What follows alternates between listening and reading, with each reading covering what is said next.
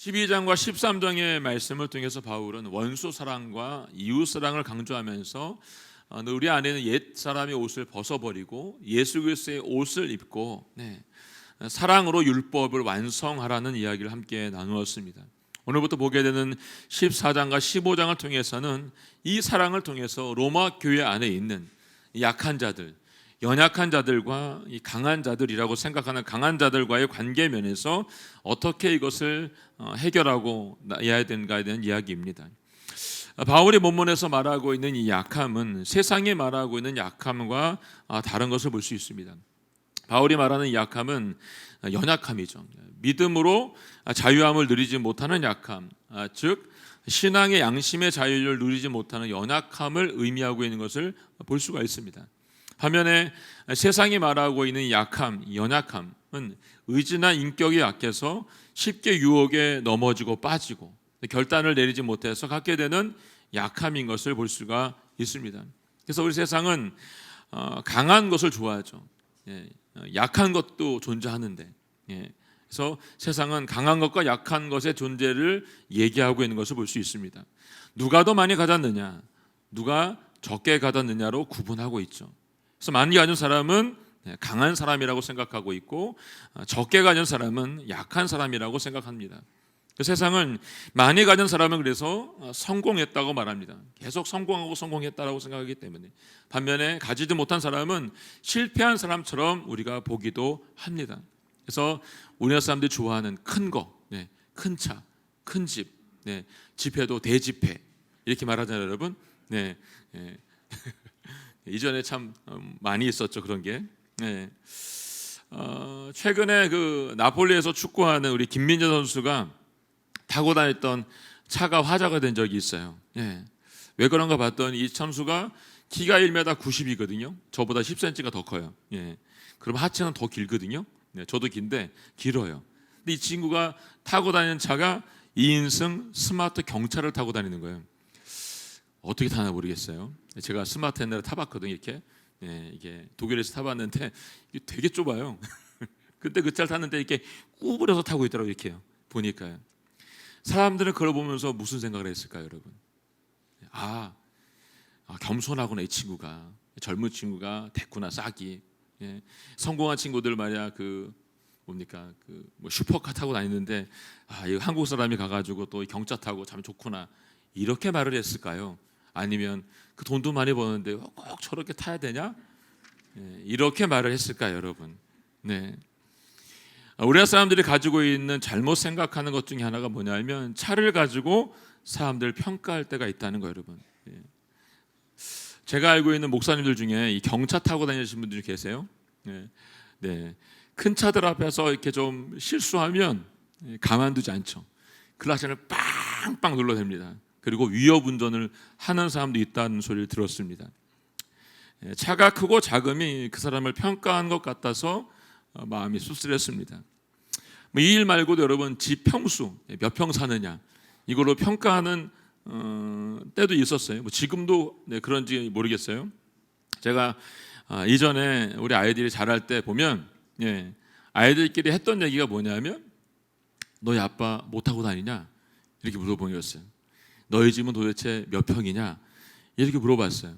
실제로 그랬습니다. 실제로 여긴 아닌데 저쪽 동네 그랬습니다. 근데 그 아이들이 지금 20대가 됐고 30대가 됐고 40대가 됐습니다. 그리고 그 아이들이 아이를 또 낳습니다. 제가 무슨 말 하는지 아시겠죠, 여러분? 제가 서빙고 있을 때 사역할 때 제가 살고 있던 아파트가 그 동네에서 제일 작은 아파트였어요. 근데 저희 집 아이가 친구를 저희 집에 데리고 와서 놀려고 온 거예요. 근데 그 친구 아이가 우리 아이 친구가 와서는 현관 열고 들어와야 되는데 안 들어오는 거예요, 얘가요. 그래서 우리 아이가 왜 안 들어와 이렇게 말을 한 거예요. 그랬더니 그 친구가 이렇게 말하는 거죠. 집이 왜 이렇게 조그마냐 이렇게 말을 한 거죠. 그래서 우리 애가 자존심 상해가지고 니네 집 얼마나 큰데 이렇게 말을 한 거예요. 그래서 가보자 그리고 간 거예요. 가지 말았어야죠. 가서 자존심만 상하고 왔습니다. 그 친구의 집이 63평. 저희 집이 그 집 거실만 밖에 안 했어요. 그날 제 목회에 큰 고비를 맞을 뻔했습니다.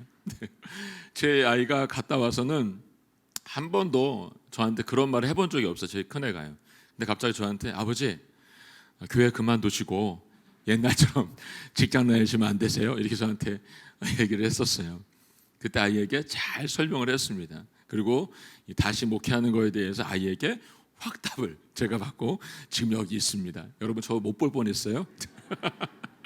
네, 아이들이 크고 여러분 좋은 것을 따지고 엄마 아빠가 무슨 차를 타고 다니느냐에 대한 가치 평가를 가지고 있는 것에서 전 마음이 그때 많이 아팠어요. 우리 아이들이 여러분 세상을 보면서 힘이 있는 자가 이기는 것처럼 보이는 세상 속에 살고 있는 거죠. 저는 그 사실은 드라마, 영화 뭐 이런 거 보라고 하고 싶지 않아요. 네, 여기 계신 분들한테도 보라고 하고 싶지 않아요. 사실은요. 네. 여러분 세상은 뭐가 정의라고 말할까요? 세상은 힘을 가지고 있는 것을 정의라고 생각한다는 거죠. 강한 것이 정의고 강한 것이 진실이고 강한 것이 선하다라고 생각하는 세상인 거죠. 약한 자는 실패자 같고 나약한 자 같고 심지어는 죄인처럼 취급받는 세상 속에 우리가 살고 있는지도 모릅니다. 약한 자는 그가 아무리 세상에서 선하고 착하고 법 없이 살고 있는 것 같아도 여러분 생존하기 어렵게 보이는 것이 지금 우리가 살고 있는 세상인 것 같아요. 저는 이런 세상은 하나님께서 계시지 않는 세상이라고 말하고 싶어요. 인간의 세계는 여러분 동물의 세계와 분명히 다릅니다. 동물은 본능에 따라 움직이죠. 본능에 따라서. 근데 인간은 이성에 따라서 살아가야 되는 게 맞아요. 근데 우리가 살고 있는 세상을 보면 점점 이성이 아닌 본능을 따라서 살아가는 것 같아서 어떤 때는 답답할 때도 있습니다. 이 세상은 사랑과 정의와 평화를 추구하는 세상이 되어야 되는데 이 권력과 야망과 탐욕과 이 성욕의 본능을 따라서 추구하는 그런 모습이 있기 때문에 안타까운 거예요. 하나님이 다스리는 세상은 약자도 함께 살 수 있는 세상이죠. 그래서 고아와 과부를 돌아보고 연약한 자들과 함께 웃으며 살라라고 성경은 분명히 우리에게 알려주고 있습니다. 이런 사람들과 함께 어울려 살 수 있는 곳, 전 그곳이 교회라고 생각합니다. 사도행전에서 말하고 있는 그 교회를 사실 저희 교회가 하려고 하고 있죠. 자, 1절 말씀 함께 한번 보도록 하겠습니다. 1절 말씀 시작. 여러분은 믿음이 약한 사람을 받아들이되 그의 견해를 논쟁거리로 삼지 마십시오. 아멘. 네. 바울은 믿음이 약한 사람들에 대해서 첫 번째로 말하고 있는 게 있습니다. 그게 뭐냐면 받아들이라고 말합니다. 받아들여라. 네. 여기서 받아들이라는 것은 프로슬람 파네스테인데 이 말은 환영하다, 영접하다, 친절하게 대하다라는 뜻을 가지고 있습니다. 당시 로마 교회 성도들은 다양한 출신과 배경의 사람들이 모여서 예배했습니다. 유대인의 성도들 또 이방인 성도들 주인과 종이 함께 예배드리고 가진 자와 갖지 못한 자들이 모여서 함께 예배드렸습니다. 그렇기 때문에 영적인 부분에 있어서도 여러분 많은 차이가 났던 걸 볼 수 있습니다. 성령에 자라나는 것은 어린아이가 키가 자라는 것과 같다라고 표현하기도 합니다. 이 모든 사람들은 하나님께서 각 사람의 삶에 일하실 때처럼 각각에게 주어진 은혜가 다르기 때문에 다르게 성장할 수밖에 없습니다. 그래서 바울이 본문에서 교회에 주는 가르침은 신앙이 아무리 연약하고 미성숙하고 배우지 못했고 우리가 볼 때 수준 미달이라고 생각해도 그들을 평가하거나 정죄하지 말고 오늘 말하고 있는 것처럼 받아들이고 사랑해주고 환영해주는 것, 그것이 교회다라고 말을 해주고 있는 겁니다. 교회가 그들을 받는다는 것은 여러분 계속해서 성장할 수 있는 기회를 그들에게 주는 겁니다. 근데 나와 맞지 않는다고 해서 교회가 그들을 거부하고 밀어내면 그들의 성장을 방해하고 막는 것이 됩니다. 오늘 성경은 하나님께서 그들을 맞았다라고 합니다. 받았다라고 하고 있는 거죠. 근데 우리가 이것을 받지 않을 이유가 없다는 것입니다. 두 번째는 바울은 믿음이 약한 사람들에 대해서 그들의 견해, 그들이 생각하고 있는 것에 대해서 논쟁거리로 삼지 말아라라고 말하고 있습니다. 논쟁하지 말라는 겁니다. 왜냐하면 그들을 받아들이는데 의심하거나 비판을 하게 되면 그들을 받아들이는 것이 불가능하기 때문에 그렇습니다. 강한 자들은 약한 자들이 주장하는 대로 받아들일 수 있는 마음을 가지고 있어야 된다는 것입니다. 따라서 우리는 그의 행동의 기초가 되는 생각들, 그들이 가지고 있는 연약한 생각들, 그 생각들에 대해서 비판하지 말아야 된다는 것이죠. 왜냐하면 판단은 오직 하나님께만 있기 때문에 그렇습니다. 하나님께만. 요즘 유튜브를 보면 이 비판하고 판단하는 사람들이 참 많이 있더라고 보니까요. 이 참 안타까운 일이죠.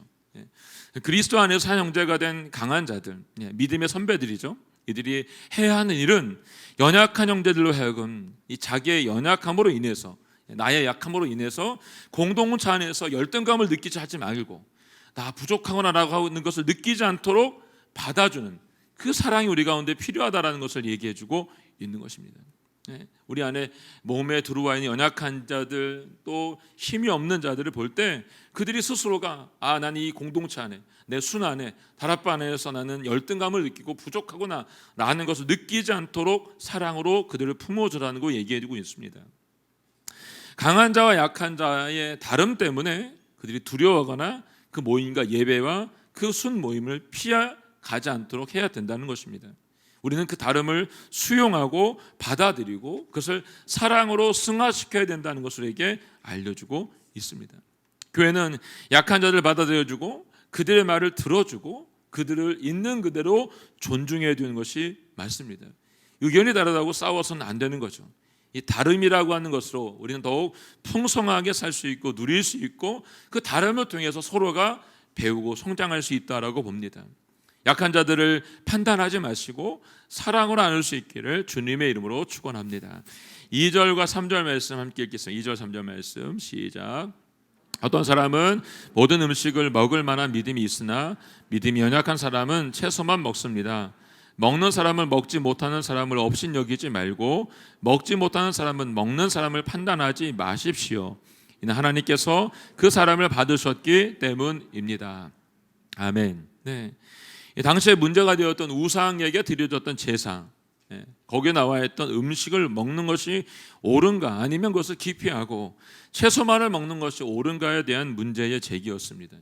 바울은 이런 문제에 대해서도 나와 의견이 달리하는 그 사람을 비판하거나 판단하지 말라라고 가르치고 있습니다. 왜냐하면 이런 비판 때문에 종종 우리 주변에 연약한 사람들이 믿음을 잃어버리고 교회를 떠나게 되는 결과를 만들기 때문에 그렇습니다. 3절에서 업신여기지 말라라고 하는 이 말을 원문에 보니까 제외시킨다라는 뜻으로 쓰여지고 있는 걸 볼 수 있습니다. 즉 이런 문제들에 관해서 다른 의견을 가지고 있는 사람들을 나와 다르다는 이유 때문에 제외시켜서는 안 된다라고 말하고 있는 겁니다. 우리들은 예수를 믿으면 가끔 자신과 정말로 맞지 않는 사람들을 만나기를 어떻게 하죠? 상대적으로 피하고 만나고 싶어 하지 않습니다. 그리고 그들을 거절하기도 합니다. 교제할 때 그 영혼을 바라보는 것이 아니라 나와 다름으로 인해서 불편함으로 인해서 그들을 밀어낼 때가 있다는 것이죠. 하나님께서는 이런 우리의 태도에 대해서 어떻게 말씀을 하실까요?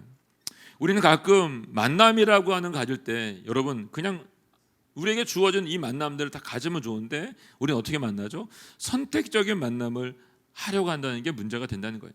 원하는 사람을 골라서 만나는 게 문제가 되는 거죠, 여러분.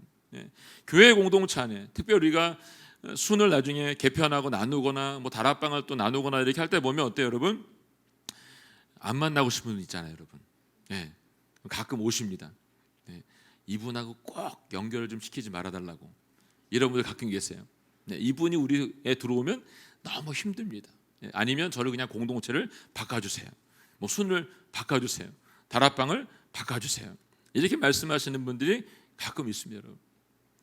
나와 수준이 맞는 사람, 나와 적정이 맞는 사람, 나와 성격이 비슷한 사람, 나의 마음을 이해해 줄 수 있는 사람 이렇게 골라서 만나는 거죠, 여러분.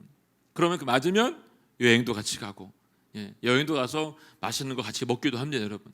심지어 마음도 맞으면 우리 요즘 애들은 같이 살기도 하더라고 보니까요.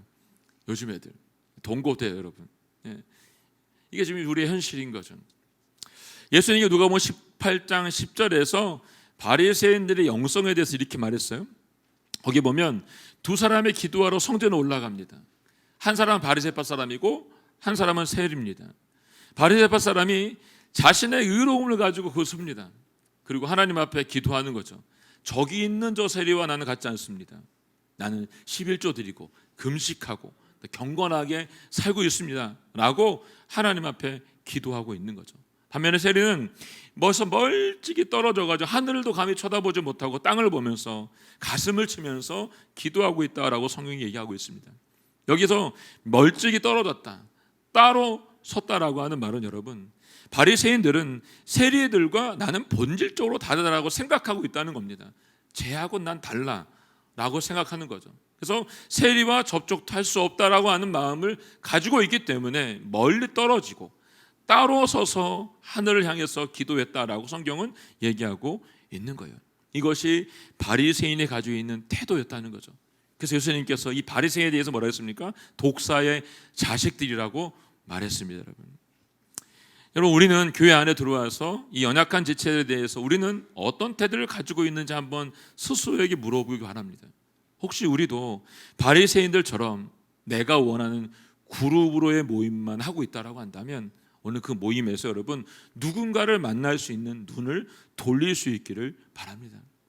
자신이 만든 판단과 기준에 갇혀 있지 마시고 여러분 하나님의 사랑으로 그들을 섬기고 만날 수 있기를 예수님의 이름으로 선포합니다. 4절 말씀 함께 4절 말씀 읽겠습니다. 시작. 여러분이 누구기에 남의 종을 판단합니까? 그의 서고 넘어지는 것이 자기 주인에게 달려 있습니다. 주께서 그를 세우실 수 있으니 그가 세움을 받을 것입니다. 아멘. 네. 로마 사회 안에서 여러분 종과 주인 이 관계가 계속해서 유지가 되고 있는 거죠. 근데 보니까 남의 종을 함부로 판단하거나 참견하는 일, 그러니까 결국 이 선을 넘지 말아라고 말하고 있는 거예요. 왜? 그 종의 행실에 대해서 판단할 수 있는 사람은 누구만 할 수 있다고요? 오직 주인만이 판단할 수 있고 책망할 수 있다라고 말하고 있습니다. 마찬가지로 믿음이 연약한 자들에 대해서도 믿음이 강한 자들은 함부로 참견하거나 판단해서는 안 된다고 하는 것을 말합니다. 그들을 판단하고 세우실 분은 오직 하나님 한 분밖에 안 계시다는 거예요. 그래서 4절 후반절에 주께서 그를 세우실 수 있으니 그가 세움을 받을 것이다 라고 말하고 있습니다. 예, 받아주는 분이 누구냐면 하나님께서 그들을 받으셨다라고 말하고 있는 것이죠. 근데 우리가 어떻게 감히 그것을 판단하고 우리가 그것에 대해서 말할 수 있냐는 겁니다. 우리가 해야 할 일은 우리를 한 공동체를 불러주신 주님을 신뢰하고 사랑함으로 주님께서 받으셨기 때문에 나도 받아야 되는 태도를 가져야 되는 것이냐. 이제 우리가 해야 하는 것은 하나님께서 내게 허락하신 가정이 있죠, 여러분.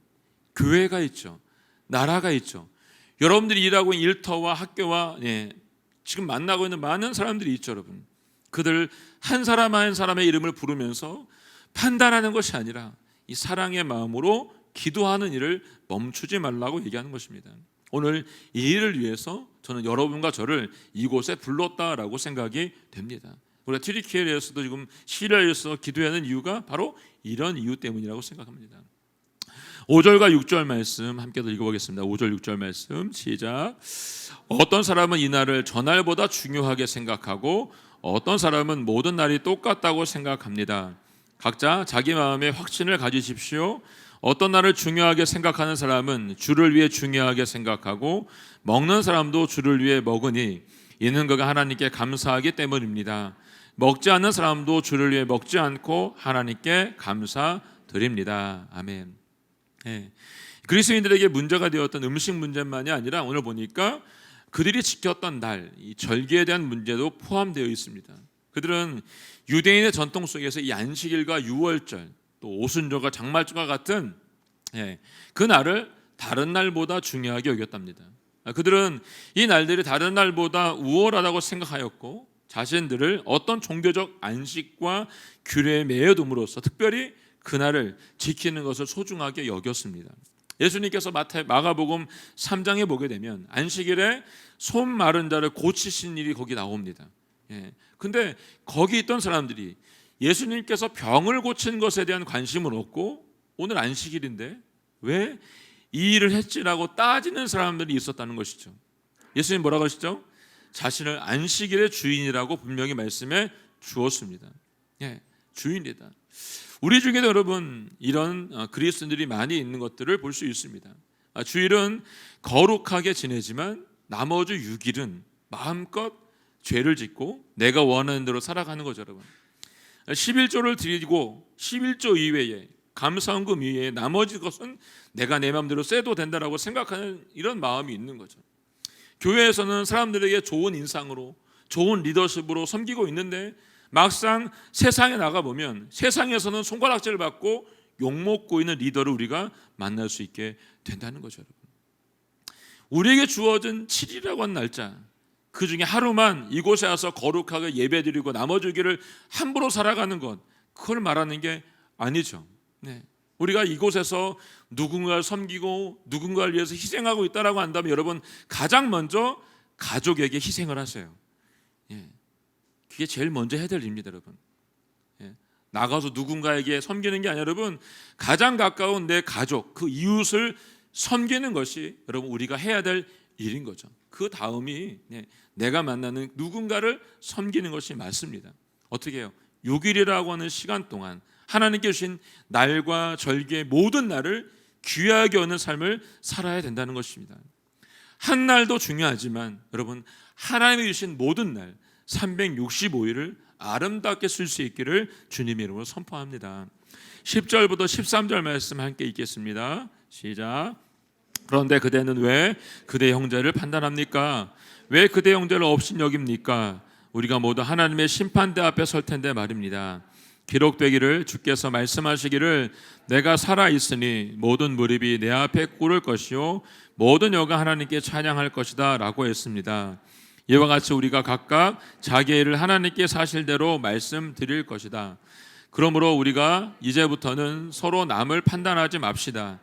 형제 앞에 걸림돌이나 장애물을 두지 않기로 결심하십시오. 아멘. 네, 앞에서 약한 자와 강한 자를 판단하거나 업신여기지 말라고 말씀하신 다음에 오늘 10절에 보니까 형제를 판단하는 것에 대해서 형제를 업신여기는 것에 대해서 하지 말라고 얘기합니다. 13절에서는 형제 앞에 걸림돌이나 장애물을 두지 말라라고 결심하라고 얘기해주고 있습니다. 왜냐하면 우리 모두는 성경이 말하고 있는 것처럼 하나님의 심판대 앞에 모두가 심판받아야 될 자이기 때문입니다.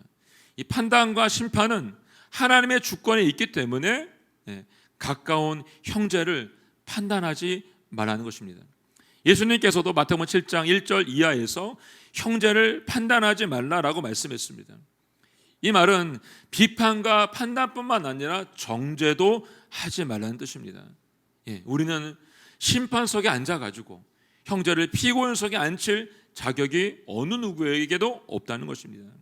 이어서 바울은 이사야 45장 33절 인용해서 하나님의 보편적인 심판권을 제시하고 있습니다. 그 말씀이 11절에 있어요. 기록되기를 주께서 말씀하시기를 내가 살아있으니 모든 무릎이 내 앞에 꿇을 것이요 모든 여가 하나님께 찬양할 것이다 라고 했습니다. 심판자이신 하나님 앞에 각자가 무릎을 꿇습니다. 각자가. 그리고 각자가 자기의 입으로 하나님 앞에 내 것을 고하게 되어 있다는 것이죠. 그렇기 때문에 형제 일에 너희가 간섭할 필요가 없다는 것입니다. 우리의 모두는 하나님의 심판대 앞에 서서 그분에게 내 삶에 살았던 모든 것들을 보고하고 아뢰는 것이 필요하다는 것이죠. 내 것도 말하기가 지금 바쁜데 옆에 있는 형제를 보면서 쟤는요 이렇게 말할 필요가 없다는 거예요, 여러분. 형제 앞에 걸림돌이나 장애물 두지 않기로 결심하라는 건 뭐냐면 이 말은 단순히 걸림돌과 장애물이 형제의 마음에 상처나 불쾌감을 주는 근거만이 아니라 여러분 형제로 하여금 나의 태도, 강한 자의 행동이 자극이 되어서 그 양심의 어긋남으로 인해서 그들도 죄를 짓게 하는 것들이 포함된다라고 말하고 있는 거예요. 다시 말해서 형제의 기물을 상하게 뿐 아니라 죄를 짓도록 유도하는 것, 그것이 장애물이고 걸림돌이라고 말해주고 있는 것이죠. 그 15절에서도 형제를 음식의 문제로 망하게 하지 말라고 하는 말로도 뒷받침해서 우리에게 알려주고 있는 것입니다. 강한 자의 행동이 형제에게 상처를 입히면 그것이 형제에게 도덕적으로 신앙적으로 어려움을 주기 때문에 이렇게 말하는 겁니다. 그래서 바울은 고린도전서 10장 32에서 33절 말씀에서 이렇게 말하고 있습니다. 함께 읽어볼까요? 시작. 여러분은 유대 사람에게든지 그리스 사람에게든지 하나님의 교회에 있든지 걸려 넘어지게 하는 사람이 되지 마십시오. 나도 모든 일에 모두를 기쁘게 하며 자신의 유익을 구하지 않고 많은 사람의 유익을 구합니다. 이는 그들이 구원을 받게 하려는 것입니다. 아멘. 네. 걸려 넘어지게 하지 마세요. 그리고 그들을 구원에 이르게 하라라고 말하고 있습니다. 바울이 누구에게든지 넘어지게 하는 사람이 되지 말고 구원을 받게 하는 일에 너희가 힘쓰는 사람이 되라고 이야기하고 있습니다. 더 이상의 판단을 멈추고 주님이 주신 사랑으로, 이 사랑으로 구원에 이르게 하는 그 사명을 너희가 감당하고 기억하라고 얘기해주고 있습니다. 마지막으로 7절과 9절까지 말씀 함께 읽겠습니다. 시작. 우리 중에 아무도 자기만을 위해 사는 사람이 없고 자기만을 위해 죽는 사람도 없습니다. 우리는 살아도 주를 위해 살고 죽어도 주를 위해 죽습니다. 그러므로 죽든지 살든지 우리는 주의 것입니다. 이를 위해 그리스도께서 죽었다가 다시 살아나셨으니 이는 죽은 사람과 산 사람의 주가 되시기 위함이었습니다. 아멘. 바울은 마태복음 10장 39절에서 말씀처럼 자기 목숨을 얻으려는 사람은 그 목숨을 잃을 것이고 나를 위해서 자기 목숨을 잃는 사람은 그 목숨을 얻을 것이다 라는 이 말씀을 따라서 그의 생명을 조금도 아까워하지 않았습니다.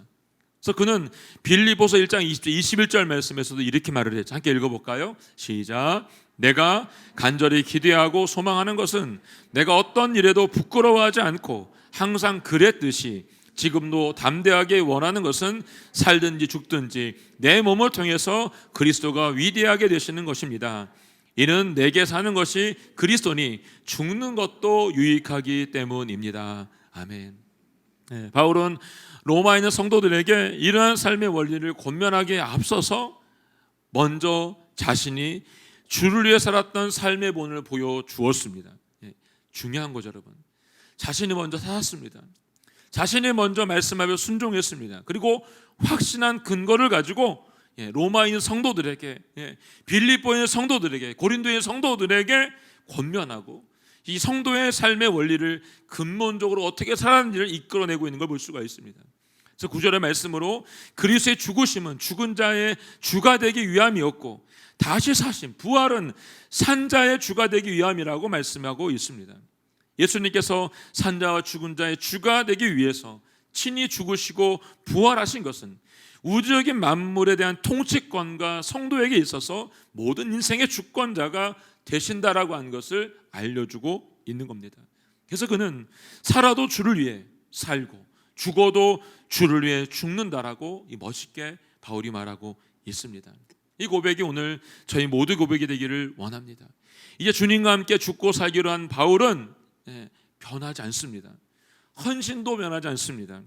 주님을 향해 뜨거워졌던 이 가슴도 식지 않고 있는 것을 우리는 성경을 통해서 볼 수가 있습니다. 이 식지 않은 뜨거운 고백이 지금 이 글을 읽고 있는 로마에 있는 모든 성도들에게 전달되기 원하고 오늘 이 말씀을 읽고 듣고 있는 우리 모두에게도 전달되기를 원하는 거죠. 우리도 바울처럼 주님을 향해서 고백하고 변함이 없고 헌신에도 변함이 없고 내가 만났던 이 뜨거운 사랑, 이 뜨거운 가슴이 식지 않기를 주님의 이름으로 선포합니다.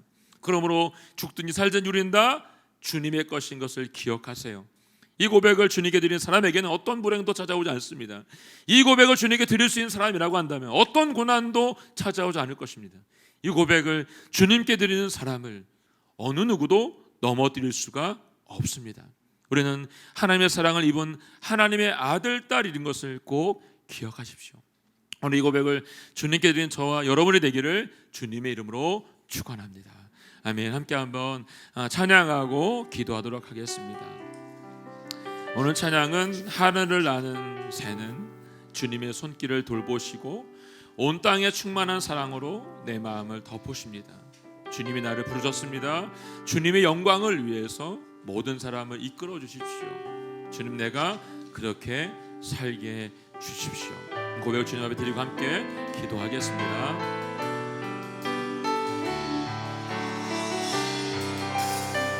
하늘을 나는 새도 하늘을 나는 새도 주 손길 돌보시네. 온 땅에 충만한 주 사랑으로 내 마음을 덮으소서. 주 나를 부르셨습니다. 주 나를 부르셨네. 주님의 영광을 위해서, 주의 영광 위해 모든 사람 이끄소서. 주의 영광으로 주 말씀 향하여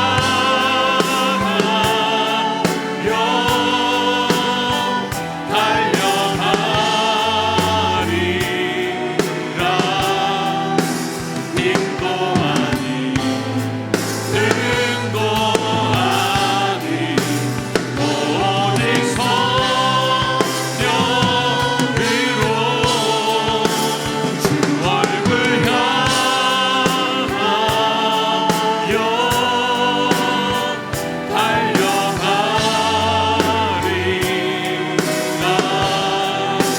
오주의 영광 안에 살게 하늘을 나는 새도 하늘을 나는 새도 주 손길 돌보시. 온 땅에 충만한 주 사랑으로 내 마음을 덮으소서. 아멘. 주 나를 부르셨네. 주의 영광 위해 모든 사람 이끄소서. 주의 영광 주 말씀 향하여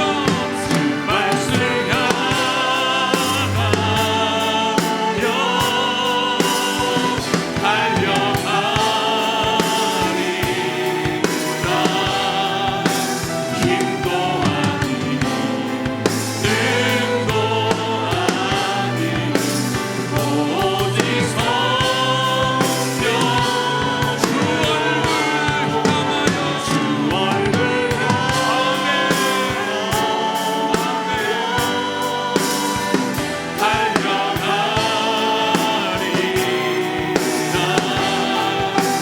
오주의 영광 안에 살게 주 말씀 향하여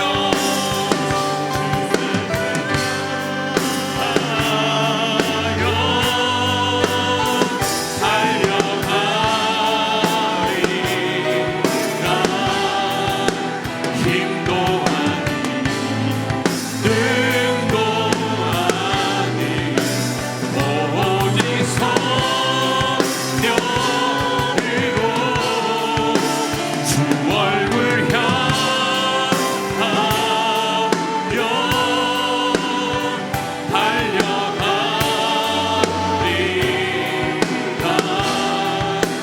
오주의 영광 안에 살게 하소서.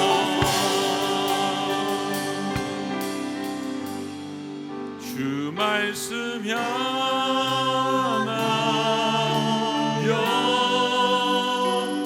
달려가리라.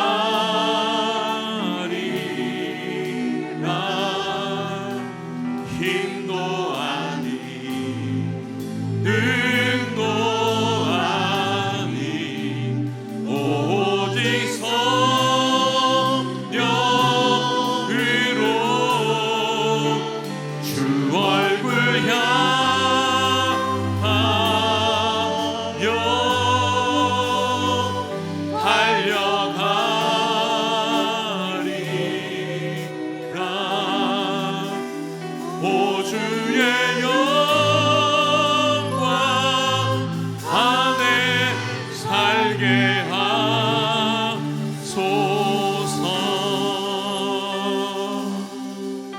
아버지 하나님, 우리에게 바울을 통해서 이 말씀을 주시니 감사합니다. 주님의 얼굴을 보게 하여 주시옵소서. 바울의 고백이 저희의 고백이 되게 하여 주시옵소서. 살아도 죽어도 주를 위해 살고 죽을 수 있도록 도와주시고, 오직 이 땅에 사는 동안 주님이 맡겨주신 모든 양떼를 바라보며 연약한 자를 바라보며 아버지 하나님 돌보며 사랑하는 은혜가 저희 가운데 있게 하여 주시옵소서.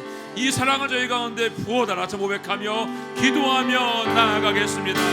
하나님 아버지 감사합니다. 오늘 이 사랑이 저희 가운데도 부어지게 하여 주시옵소서. 주의 말씀 앞에 엎드린 저희가 되게 하여 주시옵소서. 주님의 얼굴을 구하는 저희가 되게 하여 주시옵소서. 세상의 힘이 아니라 세상의 능이 아니라 오직 성령으로 나가는 줄 믿사오니 저희 가운데 이 성령의 옷을 입혀주셔서 아버지 그 사랑으로 연약한 들 돌아보며 품어주며 안을 수 있는 내가 우리 가운데 있도록 도와주시기를 원합니다.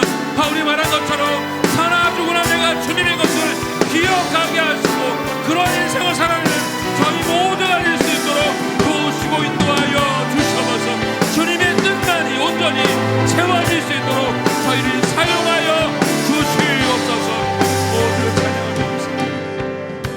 하나님 아버지, 우리의 삶에 주님의 그 사랑으로 말미암아 더 깊이 나누어진 역사가 있게 하여 주시옵소서. 주님의 얼굴을 향해서 우리가 달려갈 수 있도록 도와주시고 주님 말씀하신 그 말씀에 순종한 은혜가 저희 가운데 있게 하여 주시옵소서. 우리를 주변을 돌아보게 하시고 가장 가까운 가족을 시작으로 아버지 중보하며 기도하는 끈을 놓지 않도록 저희를 꼭 붙잡아 주시고 인도하여 주시옵소서. 살든지 죽든지 주를 위해 살겠다고 했던 바울의 고백처럼 이 고백이 우리 모두의 고백이 되어서 오직 하나님 나라를 위해 쓰임받는 저희 모두가 되게 하여 주시옵소서. 감사 찬양 주님께 드리며 예수님의 이름으로 기도하였습니다. 아멘.